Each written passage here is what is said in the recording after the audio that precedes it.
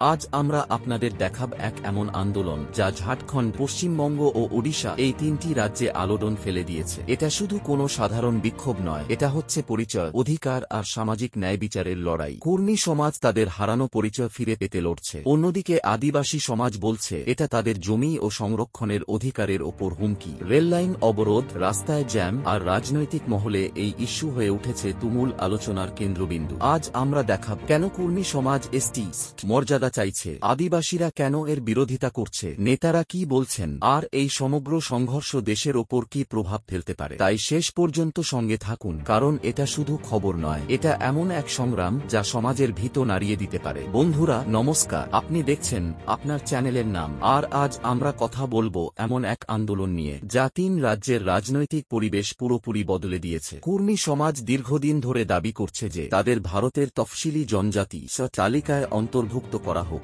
যাতে তারা আদিবাসী সম্প্রদায়ের মতো সরকারি প্রকল্প ও সংরক্ষণের সুবিধা পেতে পারে। কুর্মীদের দাবি এটা একদিনের দাবি নয়। তাদের মতে 1931 সালের জনগণনায় তারা আদিবাসী হিসেবে স্বীকৃত ছিল, কিন্তু 1950 সালে নতুন সংবিধান কার্যকর হওয়ার সময় তাদের নাম তালিকা থেকে বাদ দেওয়া হয়। কুর্মী সমাজ বলছে তারা সংস্কৃতি, ভাষা আর প্রথাগত রীতিতে সবসময়ই আদিবাসী সম্প্রদায়ের কাছাকাছি। তাদের বিয়ে, উৎসব, জীবনধারা সবকিছুই জনজাতীয় সংস্কৃতির সঙ্গে মিলে যায়। এই ঐতিহাসিক প্রেক্ষাপটে কুর্মী সমাজ আবারও এক বিশাল আন্দোলনে নেমেছে, এবং এবার আন্দোলন এত বড় আকার নিয়েছে যে তার প্রভাব রেল থেকে রাস্তায়, গ্রাম থেকে রাজধানী পর্যন্ত ছড়িয়ে পড়েছে। 20 সেপ্টেম্বর 2025 3 রাজ্যে একসঙ্গে রেল রোকো ও রাস্তা জ্যাম আন্দোলন ঘোষণা করা হয়। এই আন্দোলন চলে আদিবাসী কুর্মী সমাজ একেএস সংগঠনের নেতৃত্বে। আন্দোলনের মূল স্লোগান ছিল রেল টেকা দাগর ছেকা, মানে রেল থামাও, রাস্তা বন্ধ করো। সরকারকে বাধ্য করাই ছিল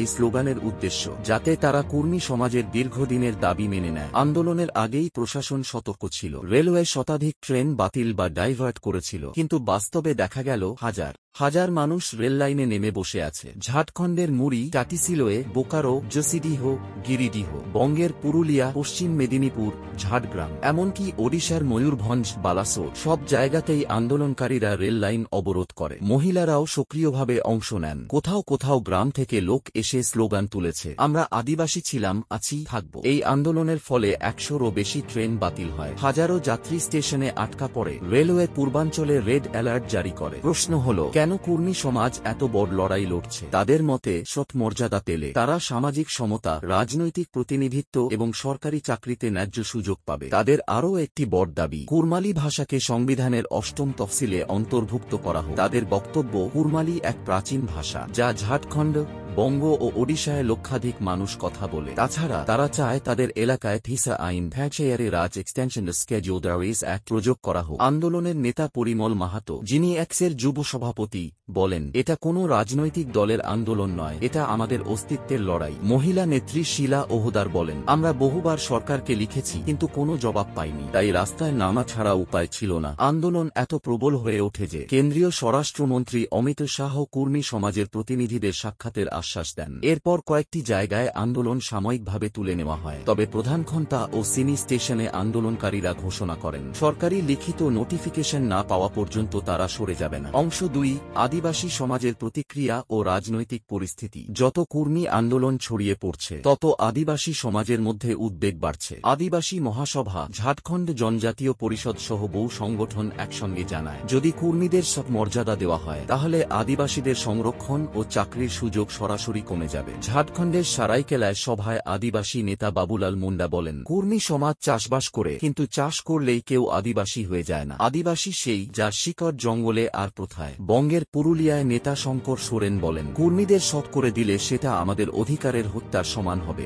ওড়িশার ময়ূরভঞ্জ ও সুন্দরগড়ে আদিবাসী নেতা ভূষণ টুডু বলেন, মর্যাদা কোনো সুবিধা নয়, এটা ঐতিহাসিক অন্যায়ের প্রতিকার। মহিলা সংগঠন মহিলা মুন্ডা মহাসভাও বলে, আমরা কুর্মীদের বিরুদ্ধে নই, কিন্তু আমাদের অধিকার কেড়ে নিয়ে তাদের সর করা অন্যায়। এরপর রাজনৈতিক দলগুলো সতর্ক হয়ে যায়। ঝাড়খণ্ডে যেমন কংগ্রেস জোট বলে কুর্মী সমাজের দাবি বুঝতে হবে, কিন্তু মর্যাদার সিদ্ধান্ত কেন্দ্রের হাতে। বিজেপি নেতারা বলেন ঐতিহাসিক প্রমাণ থাকলেও বৈজ্ঞানিক ও সাংস্কৃতিক গবেষণা দরকার। রঘুবর দাস মন্তব্য করেন, কুর্মীদের দাবি সম্মানযোগ্য, কিন্তু সিদ্ধান্ত নেয়ার আগে সংবিধানের ভারসাম্য রক্ষা জরুরি। মমতা বন্দ্যোপাধ্যায় বলেন, এটা কেন্দ্রের বিষয়। কেন্দ্র চাইলে কুর্মীদের সৎ করতে পারে, কিন্তু রাজ্যে শান্তি বজায় রাখতে হবে। নবীন পট্টনায়ক জানান, আমরা কোনো সম্প্রদায়ের অধিকার অগ্রাহ্য করব না। সংঘাত নয়, সংলাপী সমাধান। এরপর কেন্দ্রীয় সরকার ট্রাইবাল অ্যাফেয়ার্স মন্ত্রককে নির্দেশ দেয়, তারা কুর্মীদের ঐতিহাসিক অবস্থান যাচাই করে রিপোর্ট দিক। তবে আদিবাসী সমাজ হুঁশিয়ারি দেয়, যদি কুর্মীদের সাথ দেওয়া হয় তারা দিল্লি পর্যন্ত পদযাত্রা করবে। কেন্দ্রীয় মন্ত্রী অর্জুন মুন্ডা, নিজে আদিবাসী নেতা,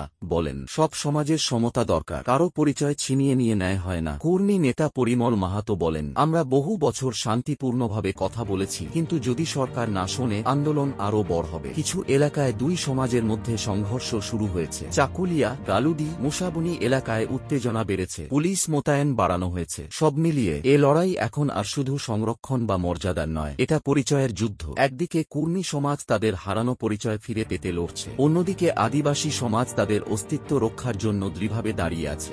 অংশ ৩, সরকারের ভূমিকা, ভবিষ্যতের সম্ভাবনা এবং আন্দোলনের প্রভাব। এখন কথা বলি এই পুরো ইস্যুতে সরকারের ভূমিকা কি এবং আগামী দিনে কি হতে পারে তা নিয়ে। কারণ যখন কোনো আন্দোলনের আওয়াজ সংসদ থেকে গ্রাম পর্যন্ত পৌঁছে যায় তখন সরকারকে জবাব দিতেই হয়। প্রথমেই কেন্দ্রীয় সরকার এই আন্দোলন নিয়ে তাদের আনুষ্ঠানিক প্রতিক্রিয়া জানিয়েছে। জনজাতি বিষয়ক মন্ত্রক মিনিস্ট্রি অফ ট্রাইবাল অ্যাফেয়ার্স জানায় যে কুর্মী সমাজের দাবির বিষয়ে ইতিমধ্যেই একটি পর্যালোচনা কমিটি কাজ করছে, যারা ঐতিহাসিক ও সামাজিক দুই দিকই খতিয়ে দেখবে। সূত্র জানায়, কমিটিকে নির্দেশ দেওয়া হয়েছে 1931 সালের জনগণনায় কুর্মী সমাজ সত্যিই কি জনজাতি হিসেবে নথিভুক্ত ছিল কিনা এবং আজও কি তাদের জীবনধারা সেই পরিচয়ের সঙ্গে মেলে কিনা তা পরীক্ষা করতে। কেন্দ্রীয় স্বরাষ্ট্রমন্ত্রী অমিত শাহ বলেন, এটা অত্যন্ত সংবেদনশীল বিষয়, আমাদের আদিবাসী সমাজের অনুভূতিও সম্মান করতে হবে। আবার কুর্মী সমাজের ঐতিহাসিক দাবি যাচাই করাও জরুরি। তিনি উভয় পক্ষকে শান্তি বজায় রাখার আবেদনও করেন। ঝাড়খণ্ডের মুখ্যমন্ত্রী হেমন্ত সোরেন বলেন, আমরা কুর্মী সমাজের আন্দোলনের প্রতি শ্রদ্ধা জানাই। তাদের সাংস্কৃতিক ও ঐতিহাসিক অবস্থার উপর রিপোর্ট তৈরি করে কেন্দ্রকে পাঠানো হবে। তিনি প্রশাসনকে নির্দেশ দিয়েছেন যাতে কোনো সংঘর্ষ না ঘটে। পশ্চিমবঙ্গের মুখ্যমন্ত্রী মমতা বন্দ্যোপাধ্যায় জানান, তার সরকার সামাজিক সম্প্রীতি বজায় রাখতে গ্রামস্তরে বৈঠক করছে এবং দুই সমাজকেই অনুরোধ করেছেন যেন তারা কোনো রাজনৈতিক প্ররোচনায় না পড়ে। ওড়িশা সরকারও জানিয়েছে, কেন্দ্রের রিপোর্ট না আসা পর্যন্ত তারা কোনো মত দেবে না, তবে আন্দোলনের কারণে রেল বন্ধ হয়ে যে অর্থনৈতিক ক্ষতি হয়েছে তার মূল্যায়ন করা হবে। এখন যদি আন্দোলনের প্রভাব দেখি তাহলে সবচেয়ে বড় আঘাত লেগেছে রেল পরিষেবা ও ব্যবসায়িক কার্যক্রমে। প্রাথমিক হিসাব অনুযায়ী 3 রাজ্যে রেল চলাচল ব্যাহত হওয়ার ফলে 500 কোটি টাকারও বেশি অর্থনৈতিক ক্ষতি হয়েছে। রেলওয়ে জানায়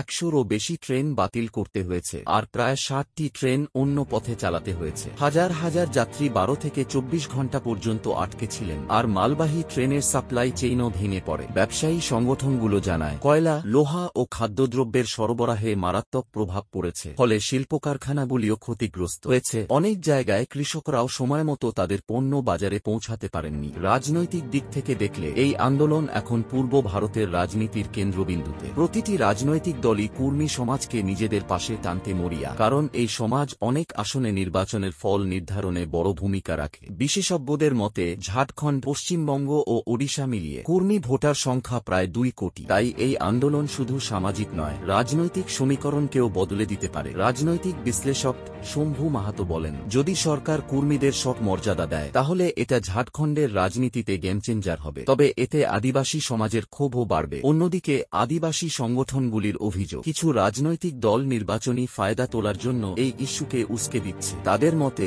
সমাজের মধ্যে সংঘাত বাড়লে তার সবচেয়ে বড় ক্ষতি হবে গ্রামীণ ঐক্যের। সামাজিক দিক থেকেও এই আন্দোলন এক নতুন বিতর্ক শুরু করেছে। আসলে আদিবাসী পরিচয় বলতে কি বোঝায়? তা কি কেবল ঐতিহ্যে নির্ধারিত হবে নাকি আধুনিক পরিস্থিতিও এর অংশ হতে পারে? কিছু বুদ্ধিজীবীর মতো কুর্মীদের আদিবাসী মূল সংস্কৃতির সঙ্গে যুক্ত করা যায়, কিন্তু বর্তমানে তারা শিক্ষা ও অর্থনীতিতে তুলনামূলকভাবে এগিয়ে, তাই তাদের মর্যাদা দেওয়া বিতর্ক সৃষ্টি করতে পারে। অন্যদিকে কুর্মী সমাজের বক্তব্য, উন্নয়ন মানে এই নয় যে তাদের শিকড় মুছে গেছে। তাদের ভাষায়, আমরা শিক্ষায় অগ্রগতি করেছি কিন্তু কিন্তু আমাদের সংস্কৃতি, ভাষা আর ঐতিহ্য এখনো সেই রকমই আছে, যেভাবে শতাব্দীর পর শতাব্দী ধরে ছিল। আন্দোলনের আরেকটি প্রভাব হল যুব প্রজন্ম এখন নিজেদের ইতিহাস ও সমাজ সম্পর্কে অনেক বেশি সচেতন হয়ে উঠেছে। অনেক কলেজ ও বিশ্ববিদ্যালয়ে এখন কুর্মি সমাজের ইতিহাস নিয়ে সেমিনার ও গবেষণা শুরু হয়েছে। কুরমালি ভাষা সংরক্ষণের জন্য অনলাইনে ক্যাম্পেইন চলছে, যেখানে তরুণরা নিজেদের মাতৃভাষায় কবিতা, লোকগান,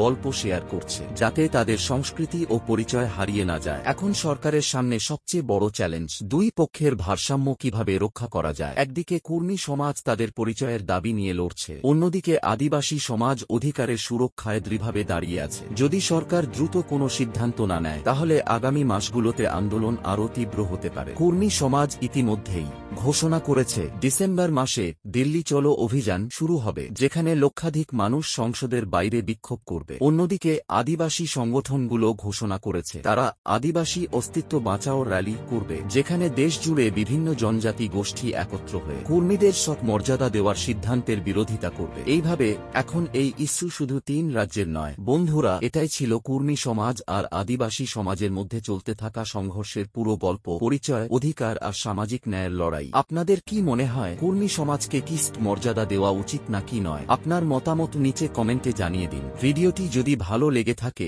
লাইক আর শেয়ার করতে ভুলবেন না। এমন বিতর্কিত এবং আপডেটেড বিষয়ের খবর পেতে চ্যানেলটি সাবস্ক্রাইব করে রাখুন। মনে রাখবেন, জ্ঞানই আসল শক্তি।